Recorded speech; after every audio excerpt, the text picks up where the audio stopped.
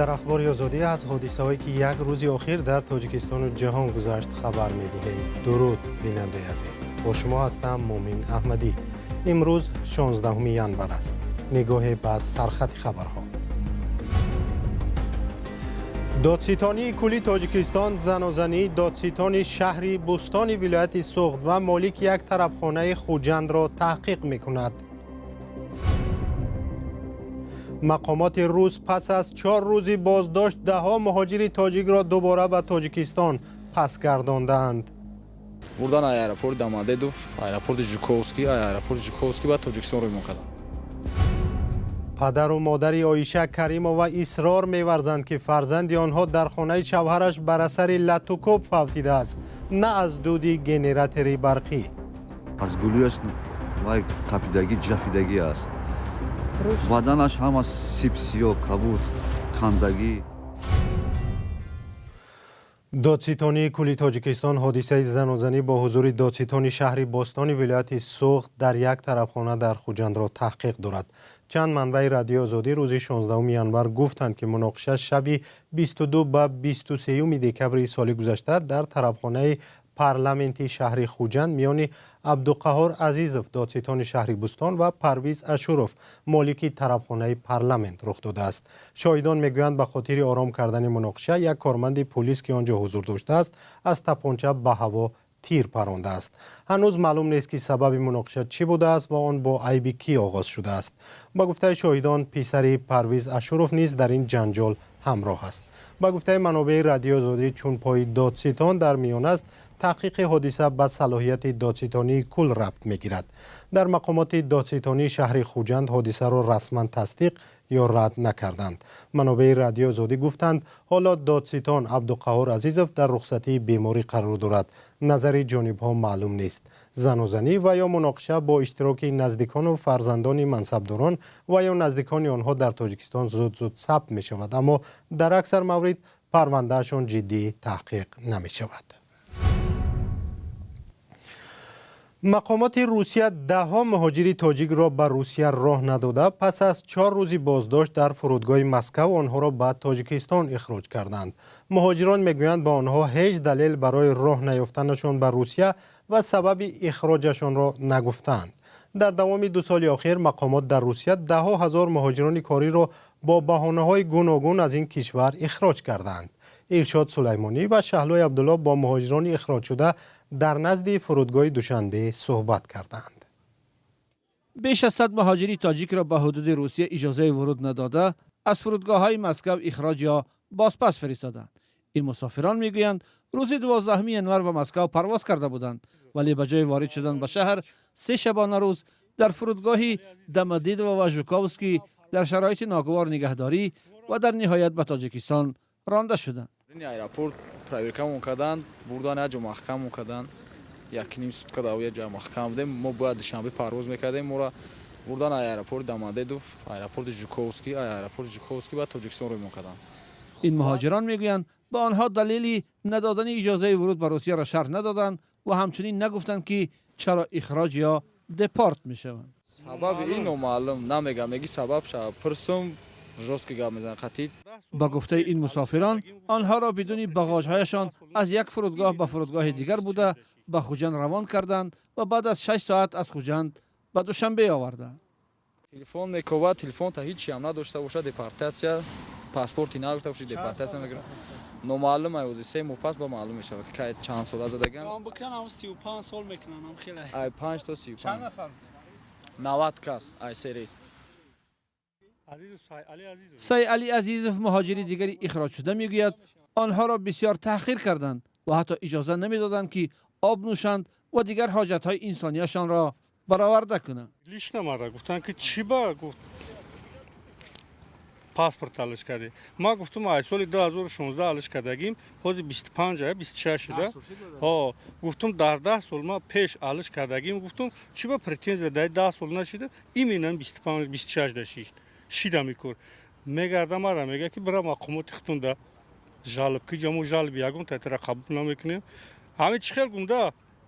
همه پسترین حالت گرفتارت میکنه که در 10 متر او ایستادگی میگه ببرم او بخورم نمیمونه. همون خورد خوراک چخلا بگینده رابی راستی گپ کاپوست میورن همی یک کاسه د کاپوست نه قرق سالاد خود برنامه الو دا پول نه پول بالای پلیتکا دا خوب کردگیم 2 سوتکا ازو بچو گودک مایده همه طرف خودم بود ای گودک مایده سر کردگی تو مسافر بود مسافر 78 ساله را دیپورت کردن قطعی اومد ریش شامقه بچه‌اش کسل بوده خبر گرفت. مقامات تاجیکستان و روسیه تاکنون درباره دلیل‌های این اخراج‌های گروهی چیزی نگفتند.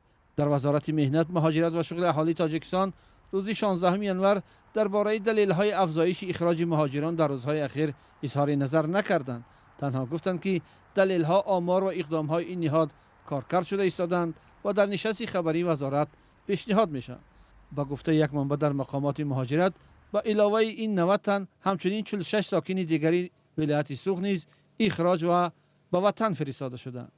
مقامات روسیه بعد حادثه حمله به تالار کنسرتی کراکو سیتی هال در بهار سال 2024 گفتند با مهاجرت غیر قانونی جنگ اعلان میکنند و در این مدت ده ها هزار نفر را بسیار وقت با دلایل غیر قانونی و با پایمالکنی سخت حقوق مهاجران از خاک روسیه میرانند.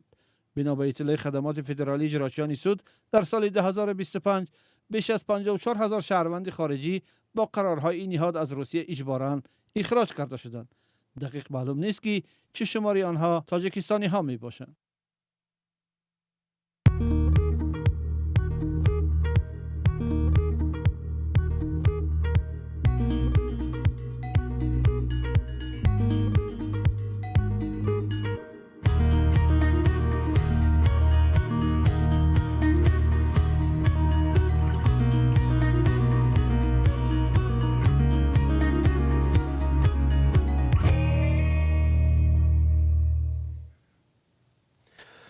در مرحله های اولی حمله وسیع مقیاس روسیه به اوکراین ایران همچون تامین کننده اساسی سلاح و مهمات نیروهای کرمل یاد می شد. ولی کارشناسان میگویند حالا این نقش را کره شمالی برداشت گرفته است. سلاح‌های ایرانی باشد در خود روسیه استحصال می شوند. در این باره همکارمان میرزا خالقزاد گزارش دارد. سالهای اخیر و به ویژه با آغاز حمله پرمقیاس روسیه به اوکراین در ماه فوریه سال 2022 ایران یکی از تامین کنندگان اساسی سلاح و مهمات برای روسیه بود. ولی به قول کارشناسان فعلا جمهوری اسلامی در این ساحه نقش بزرگی ندارد. خبرگزاری بلومبرگ هفته روان گزارش داد که سر از سال 2021 ایران به روسیه به مبلغ 2 میلیارد و 700 میلیون دلار موشک‌های بالیستیکی و ضد حمله‌های هوایی فروخته است. اما مسکو هیچگاه در این باره خبر نداده و ایران هم صادرات اسلحه به روسیه را رد می‌کند. شارح مرکز نوی پژوهشگاه استراتژی یورازیا روسان سلیمانوف میگوید حاضر روسیه مثل 4 سال پیش به اسلحه و مهمات ایرانی احتیاج ندارد. تا جای میدانم تا 90% استحصال این پهپادها در روسیه به کمک ایران راه اندازی شده است. یعنی حاضر کرمل مثل پیشتر به اسلحه ایران نیاز ندارد.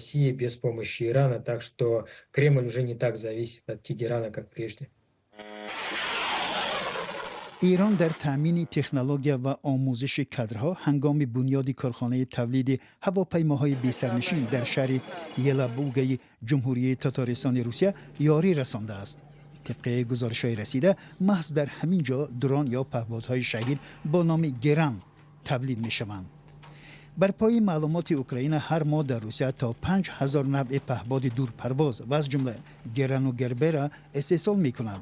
جای یادآوری است که گربرا پهپاد بی خطر بوده برای غفلتگیری نظام ضد هوایی استفاده می شود. کارشناسان اوکراینی تخمین می کنند که فعلا نصف سلاح و مهماتی که روسیه در جنگ اوکراین استفاده می برد در جمهوری خلقی دموکراتیک کره استحصال شده. این کشور بزرگترین تامین کننده تجهیزات جنگی ارتش روسیه است. نزدیکان جوانزن 23 ساله ساکن ولایت ختلان که در خانه شوهرش به طور اسرارآمیز فوتیده است از مقامات تحقیق جدی مرگ او را طلب دارند. مقامات هنوز سبب مرگ این زن را اعلان نکردند ولی طبیبان به این خانواده گفتند که او از دود، زهرآلود و نفسگیر شده است. والدان به این فرضیه باور ندارند و میگویند عایشه پیوسته زیر ظلم شوهر قرار داشت و او را بارها نفسگیر کرده بود. براد یوسفی و علیشیر ظریفی این موضوع را پیگیری کردند. والدان یک جوانزن فوتیده در ناحیه عبدالرحمن جامی ادعا دارند که دخترشان بر اثر شکنجه در خانه شوهر فوتیده است. آنها در مرگ عایشه کریمова 23 ساله شوهر او را گناهکار می‌دانند که به قول آنها در گذشته نیز چند دفعه به همسرش بدرفتاری کرده است. سیم بوره کم خیل دختری من قرتق جاف کردگی بود. عروسک یا موها بدمو خیل کردش بالنیساش بردن. یک باری دیگه در فدراسیای روسیه همی خیل کردش. اینا سیم بوره که دختر ما سیم بوره کشتک. والدان عایشه مرحوم میگویند قبل از دفن دخترشان در جسم او نشانه‌های لطوکوب و شکنجه را دیدند. چند عکس هم از آثار شکنجه در بدن دخترشان در دست دارند. همینجا یک پای هست که باش زدوشینی هست است. از گلویش وای قپیدگی جفیدگی است. بدنش هم از سیب سیاه کبود کندگی نشانه‌های قتلش بسیار است. والدان عایشه گفتند جسد دخترشان را معاینه طبی سودی کردند، اما با گذشت 10 روز هنوز خلاصه معاینه را به آنها نشان ندادند. تنها طبیبان به آنها گفتند که دخترتان از دود دویژاک یا گنراتور در حمام فوتیده است. وقتی که با بیمارخانه میارش علاقه و بر وقت جونش برآمدگی دویژاک زهرآلود شده مرده است. ولی تا حال هیچ سندی رسمی به خانواده مرحوم پیشنهاد نکردند که مرگ او را از دود گنراتور ثابت کند. تماس‌های با تکرار ما با بیمارستان و مقامات دادستانی بی‌پاسخ ماند. پدر جوان با شنیدن پرسش اطراف این قضیه گوشی را خاموش کرد.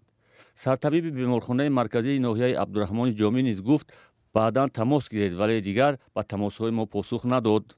تنها یکی از نزدیکان خانواده شوهر عایشه ادعای از شکنجه فوتیدن او را بی اساس خوانده گفت هنگام شستشو در حمام که آنجا گنراتور کار میکرده است زهرآلود شده فوتیده است. اکنون خانواده عایشه مرحوم منتظر خلاصه طبی دادگاهی هستند. ما میخواهیم که همین قاتل در نزد قانون با عدالت جواب خودش دهد. عایشه و شوهرش دولتیار در 5 سال زندگی مشترک صاحب یک پسر شدند. شوهرش به مهاجرت مهنتی رفته به قول مادر عایشه چند پیش از روسیه برگشته و زندگیشان میانه بوده است. این بار اول نیست که والدان از مرگ دخترانشان بر اثر شکنجه در خانه داماد شکایت میکنند. چون این نگرانی ها در حال صدا میدهند که شکنجه نسبت زنها بیشتر شده است. با اطلاع رسمی در نیمه اولی سال سپری شده 763 زن از خشونت شکایت کردند که نسبت به همین دوره سال 2024 256 حالت بیشتر است. یک پژوهش برنامه رشد سازمان ملل در گذشته نشان داده است که 67% در تاجیکستان به این باورند که زورآوری به زن در عائله یک کار معمولی است و مقامات و تحقیق چنین پرونده ها تلاش زیاد ندارند. یک دختری 15 ساله در شهر وحدت و دخترچه دیگری 4 ساله در ناحیه عینی از دود انگیش زهرآلود شده به هلاکت رسیدند. حادثه اول روز 14 ینور در دهه زرافشان و دومی 8 ینور در دهه قمرغ عینی رخ دادند. در حادثه اول همچنین خواهر این دختر و در واقعه دومی دیگر اعضاهای عائله نیز زهرآلود شدند. یک منبع در حکومت شهر وحدت 16 ینور به رادیو آزادی گفت خواهر دختری هلاک شده را در حالت بیهوشی به بیمارخانه بردند و احوالی او خوب است. ریاست حالتهای فوق‌العاده ولایت سوخت واقعه 8 ینور در ناحیه عینی را تصدیق کرد. معلوم نیست وضع زهرآلود شدگان دیگر در این حادثه چگونه است. در تاجیکستان که ساکنان در تیر ماه و زمستان با محدودیت برق میگیرند مجبور میشوند با انگشت خانه ها را گرم کنند. تقریبا هر سال در پی زهرآلود شدن از دود انگشت نفر یا گاهی همه اعضای عائله جان میدهند.